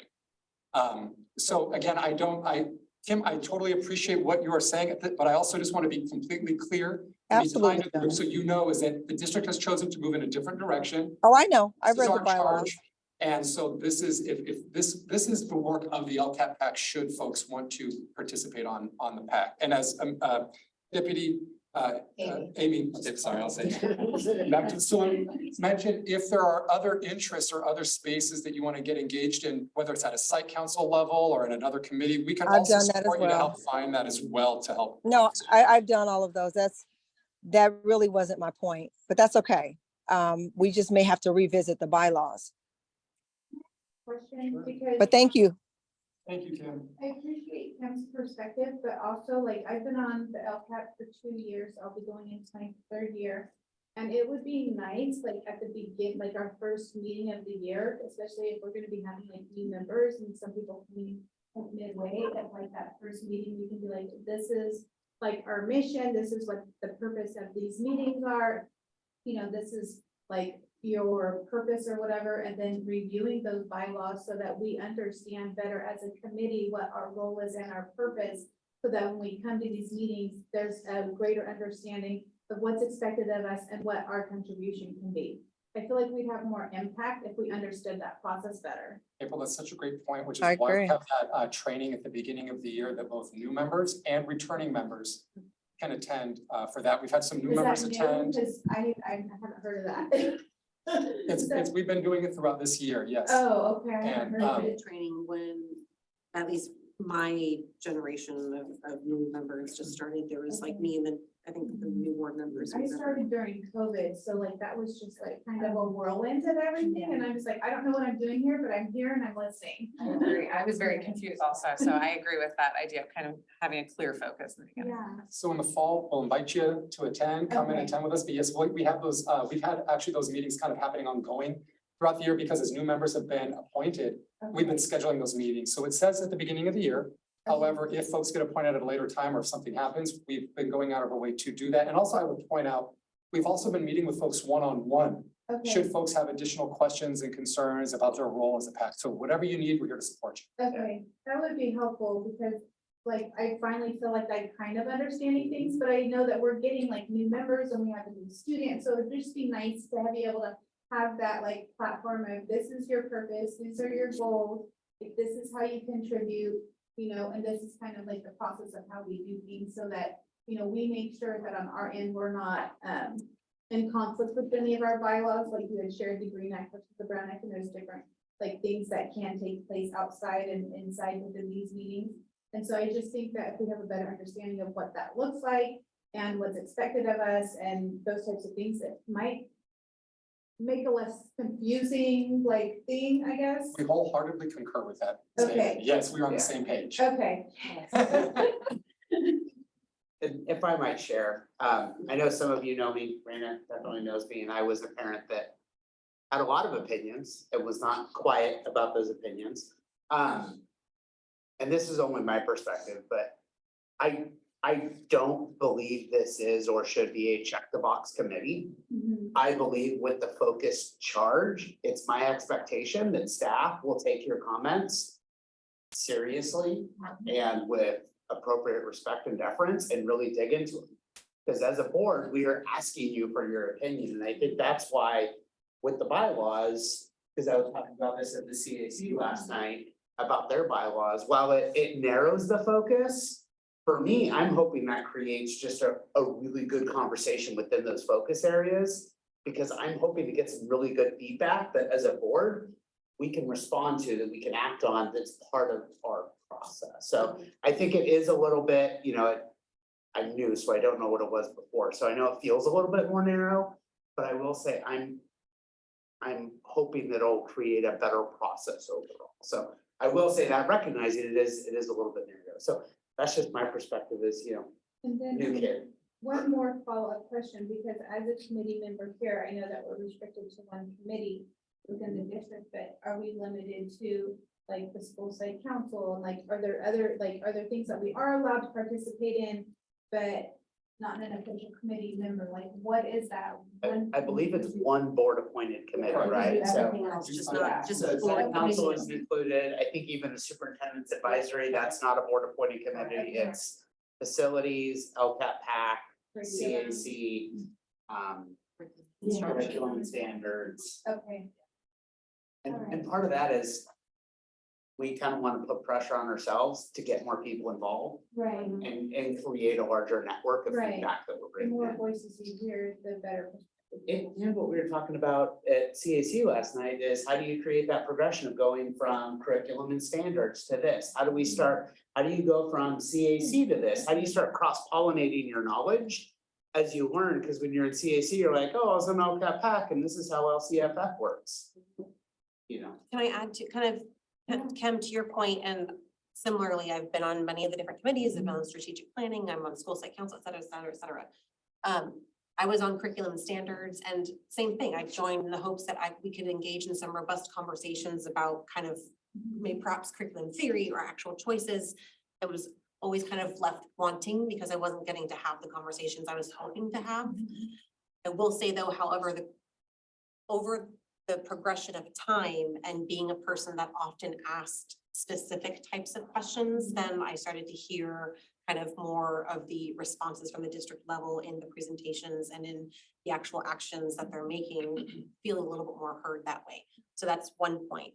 Additionally, I will say, because I've been on a board appointed committee for a handful of years and now I'm new to LCAP, how the district has been handling the committees has evolved, and to where we're at now. I think for a long time, I know when I joined, it was a completely different type of population when I joined curriculum and standards.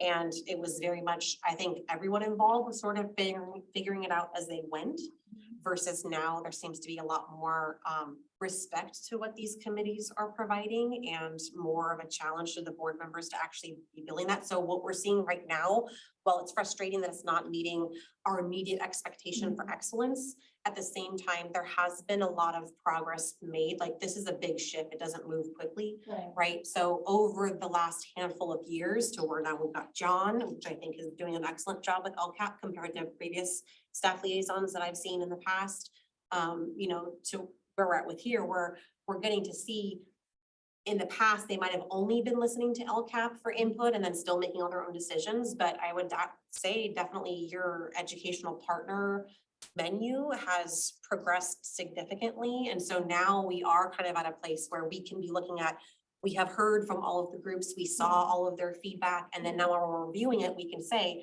we know they brought up after school programs, why is this money less in the after school program pocket? And they say, that's because another bucket's coming somewhere else. And we're like, great, now we know. And that's where this is the overview part of incorporating our perspectives and what we're noticing. So it's important to keep in mind, yes, like we have all of our pains at our own site levels. And sometimes it feels so disconnected from everything that they're doing at a district level. And you feel like this seems great, but I don't see it in the day-to-day. It's just, the ships move at different speeds. And for me personally, jumping here to kind of get a better understanding for this and how I can bring that knowledge back to my school site is kind of where I've been directing my focus. Like, okay, maybe curriculum wasn't the best use of my attention, but now I'm jumping into the school site and how can I improve the things I was wanting to talk about at that level and just do it here. And now I know kind of like where a lot of these resources are coming from. So I know which pockets we should be taking. I'm like, hey, I need transportation for field trips. I'm like, you know. That they seem to have a hard time getting people who want to be on committees, and I feel like there seems to be like this feeling in the district community that these are checkbox committees and they're not really being utilized or effective, and like, well, we're doing this meeting to check a box, but they're not really having an effect. And so I think that makes people more hesitant to want to join those meetings, because I'm a busy person. I got 2 kids with autism. I have an adult kid in college that I help, and I have my own special ed teaching job, which everyone who knows teachers, they don't just work their contract hours. So, I mean, I'm a busy person, so for me to give up my time to come here, like I was in Fresno this afternoon at graduation, and I hightailed it here so I could be here for this meeting because I feel it's important. But like, I also want to know that my voice is important and that I'm being heard. And so I feel like the less we feel like just a checkbox, the more people we can get to come and attend these meetings and want to be on these committees. April, it's such a great point, and I think I would echo something I've heard in the past, like a lot of the decision-making, that impact that you want to have always starts at the site level with your child's school. With these district level committees, and I'll say with the LCAP PAC, I don't want to make it something that it's not. There are some compliance issues with it, and Ed Code says that we have to do X, Y, and Z, right? That is part of it. And there is an opportunity for the group to provide that additional support in helping develop this plan. But I think, as Jennifer pointed out, it's this group, it's really about saying, hey, our San Juan community has said these things. Is that input reflected in the plan? That is where, if that speaks to your soul, then this is the right place for you. Right. And then, but like, We're making sure everyone's voices were being listened to, not just our own. Right, that is what this body is coming together to do. Like, I really appreciated the report, and I attempted to look at it before I came, and I was very overwhelmed. But then like when we got here and we're able to talk about it, okay, now this makes sense. Now I know what I'm looking at. I understand it better. And so like, I'm grateful for that. But at the same time, like, I know a lot of times like, didn't you read the thing before we sent it? And it's like, I tried to, that was very, very overwhelming for me. So that is a perfect example of where Green Act, it's totally okay if, and I would request if we can perhaps get this report more than 2 days before the meeting, whatnot. Where ideally, if we got it further in advance, we can say, hey, if you want, we can meet up at so-and-so's house and read through it so we can make sure we get what we're looking at. And then that way, when we come, we have questions and we know whatever the case, that's where that's okay. Okay. Before I go to, because I want to be mindful of time, but I just want to point out, we recognize the timing of the plan is always an issue. It's part of it is the CDE timeline, the state timeline doesn't match the rhythm of our work as a district. So we're always trying to find ways to get you the plan as early as we can, but especially when the budget's coming out on May 15th and all these things are happening. Those are the things that we struggle with, but we are always trying to get the plan in your hands as soon as we possibly can. With that, I just want to transition here. We do have, in our meeting, there has to be some time for general visitor comments. So do we have any additional general visitor comments this evening? And also Jennifer, I wanted to get back to you on that. I didn't have this. That was on me. No worries. I picked up M. Brown, president of board.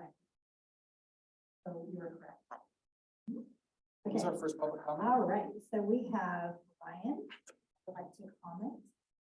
Yeah, Ryan Digman, I just wanna, April's comments are about everything is what we're all saying, so in the committee, so we just need to make sure your voice is similar to ours, so, it needs to be heard. Also, Kim, I think he was referring to, we were told in our SEAC meeting last night that we can meet, outside of this meeting, we can have conversations, we just can't take action. They did suggest, Trent Allen did suggest that we do meet outside of the meeting, that we do report back to the committee at our next meeting.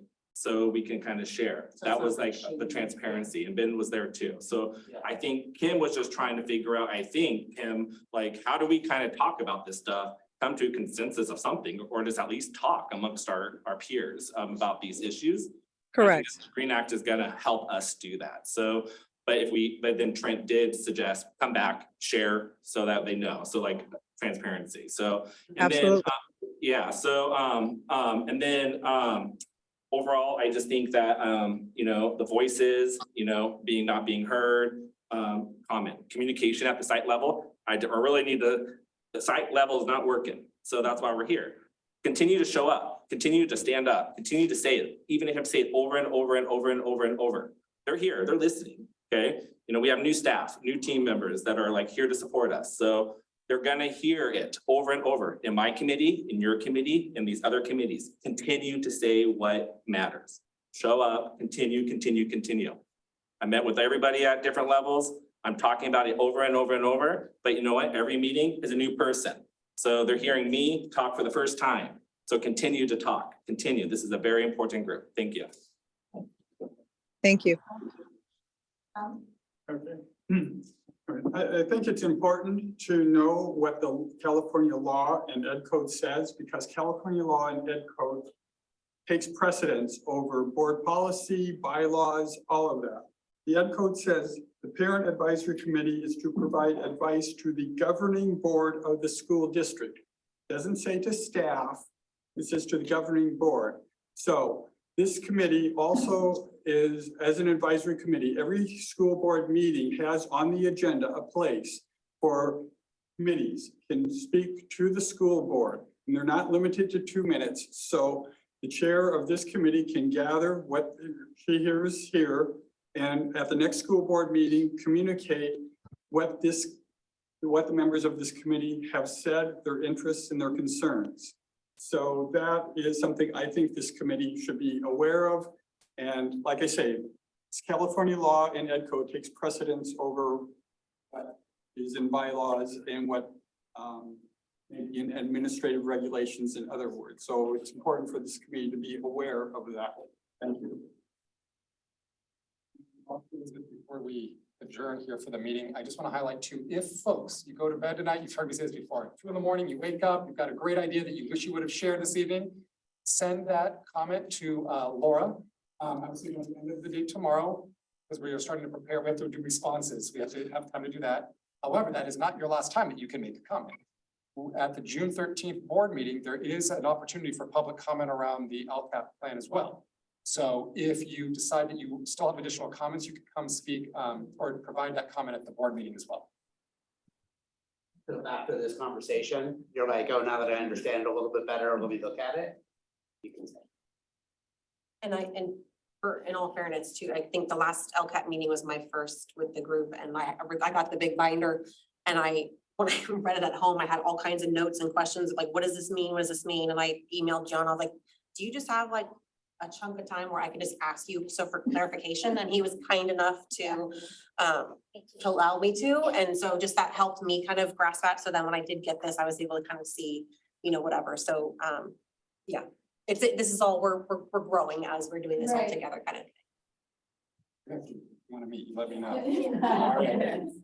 Okay, good, like even like with my teacher hat on, like to understand like how the big school, like the whole district wide, like level things work, like just to better understand like how decisions are made, that kind of, it's just good as a learning for me as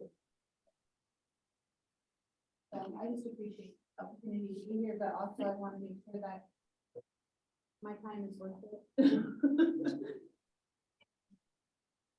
Yeah, that concludes everything. So if anyone wants to make a motion to adjourn. Adjourn, for a second.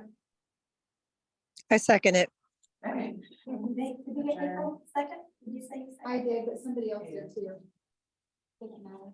Somebody You said have it. quorum. I'm gonna grab you, April, since you said it first. Okay. All right, everyone, have a wonderful, see you in the fall. Yeah. Yeah.